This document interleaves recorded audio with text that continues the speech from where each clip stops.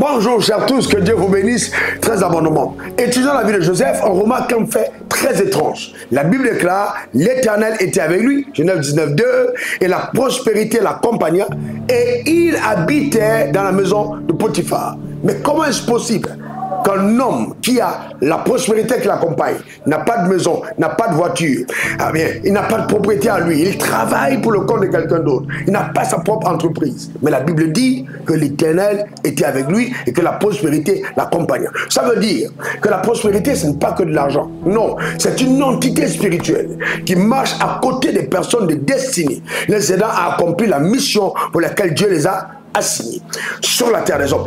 C'est simple. L'ange de la prospérité, quand il est avec toi, il va orchestrer des événements favorables qui vont te permettre d'atteindre les buts divins. Il va mettre tout à disposition pour que tu aies les ressources nécessaires pour faire ce à quoi Dieu t'a appelé. Donc on ne parle de prospérité que quand il s'agit d'un mandat divin rattaché à la vie d'une personne. La prospérité, ce n'est pas la vanité. Non, bien au contraire, c'est quelque chose d'extrêmement puissant et important pour révéler ta royauté. Dans la maison de Potiphar, tandis que l'ange de la prospérité qui était avec Joseph faisait prospérer la maison de Potiphar, il y a eu un problème. La femme de Potiphar est tombée amoureuse de Joseph.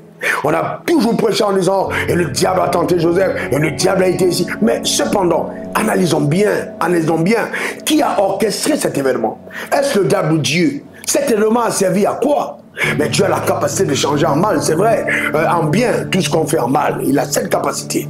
Mais je pense que derrière cette orchestration, il y avait la manifestation de cet ange de la prospérité qui a dit, l'heure est arrivée de sortir de cette maison et d'aller vers le trône de l'Égypte. Et la seule manière de sortir, c'était qu'il fallait que les ennemis, voilà, de Joseph l'accusent et que Joseph ait la promotion de par l'adversité. C'est un principe spirituel. Je prie de tout mon cœur, dans le nom suprême de Jésus, à cause de la grâce que je transporte, que ces paroles te portent en autre palier, à une autre dimension, et que Dieu veille sur ces paroles sur ta vie pour te permettre de vivre la plénitude de ce que le ciel t'a réservé. Tu peux ne pas avoir l'argent aujourd'hui, tu peux ne pas avoir de biens, de propriété, etc.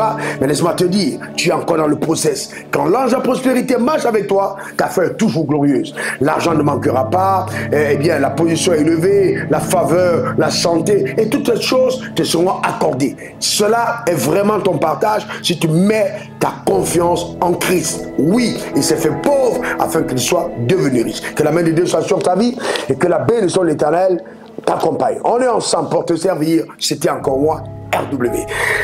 On se dit à la semaine prochaine. Bye bye. Au revoir.